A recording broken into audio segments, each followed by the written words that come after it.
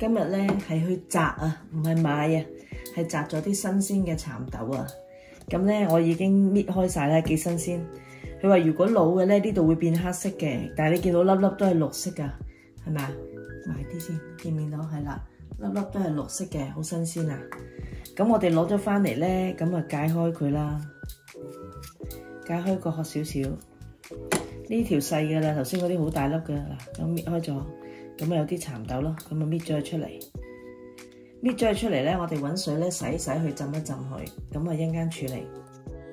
好，我哋燒滾啲水啦，我落咗少少油噶啦，咁啊落少少糖，落少少鹽落去嚇。咁我哋做咩嘢咧？就係幫啲蠶豆出水啊。係啦，頭先蠶豆揾水洗乾淨啦，好亂啊。咁我哋咧就煲滾咗啲水之後咧，就掟落去出一出水。大約咧出佢1-2分鐘，係啦。咁我哋出下水先。好，咁我哋大約出咗咧，都差唔多接近2分鐘啦。好啦，咁我哋就撈起啲蠶豆，放落啲凍水度，係啦，就等佢降溫。OK， 好，等我撈起晒先。好，頭先啲蠶豆咧飛咗水啦，咁佢就爆開咗噶，咁我哋就搣咗裡面綠色嗰粒出嚟食。白色呢個衣咧就唔要啦，係啦。咁我哋因為飛咗水咧，咁一間一兜咧啲肉兜熟啲肉一兜埋落去就得噶啦。咁你見到啦，一搣開佢就已經成粒粒出嚟噶啦。咁我哋淨係要呢一粒綠色嗰粒 ，OK。好，爆香咗啲蒜頭啦嚇，跟住就將肉丁放落去，又放落去由得佢唔好喐佢啦，攞去煎一陣間。好，我哋咧煎咗分零鐘啦，收低佢啦，係啦。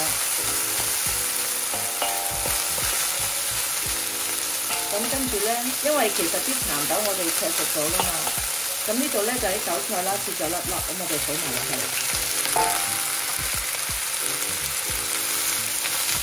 咁就爆香嘅啦，啲韭菜同埋啲肉丁。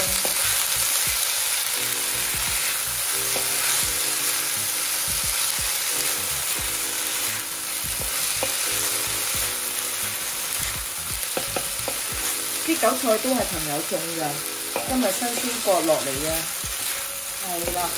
咁你聞到啲韭菜香味啦，咁我哋跟住咧就放埋嗰啲蠶豆啦。頭先我哋整好咗嗰啲蠶豆。咁如果你有辣椒嘅咧，你可以等一隻落去嘅，咁啊靚仔啲，有啲紅色。咁然之後咧，我想佢再惹味啲啊，我就有啲榨菜，咁我就放埋落去。咁啊有啲偏辣啦，有啲辣啦。就好餸飯啊呢個，咁我哋就將佢兜勻佢，俾少少味佢啦，落半茶匙嘅糖，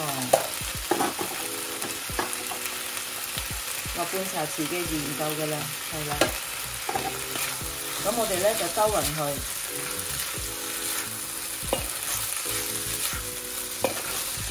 係啦。咁最後尾咧，可以倒少少讚，臨上嚟之前就讚2滴酒落去，